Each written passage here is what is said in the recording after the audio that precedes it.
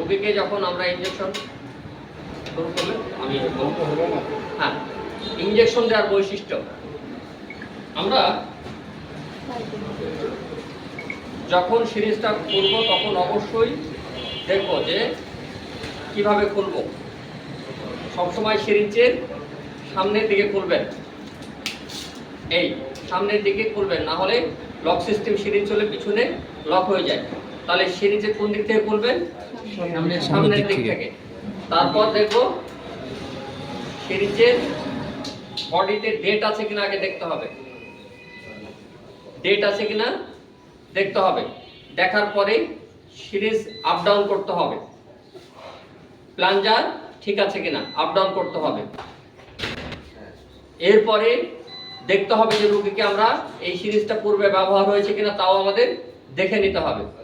Series যখন আমরা ব্যবহার করব নন টাচ টেকনিক, নিডিলে কখনো হাত দেওয়া যাবে না।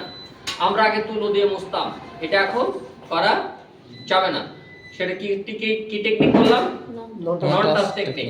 কারণ আমার হাতে এনজাইম আছে, এই এনজাইম যদি আমার হাত থেকে রোগীর শরীরে লাগে বা রোগীর শরীরের ভিতরে ঢুকে যায় তাহলে ইনফেকশন হওয়ার সম্ভাবনা আছে।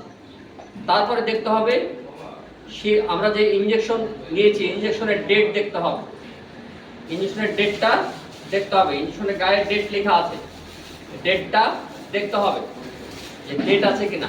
ডেট যদি সঠিক থাকে, ইনজেকশনের যে ইনজেকশন দেখবেন যে গায়ে ডেট লেখা নাই, তাহলে যখনই বক্স কিনবেন বক্সের এই জায়গায় ডেট লেখা থাকবে বা বক্সের পরে ডেট লেখা থাকবে। যখন কিনবেন ফার্মেসি থেকে ডেটটা দেখে নিয়ে আসবেন।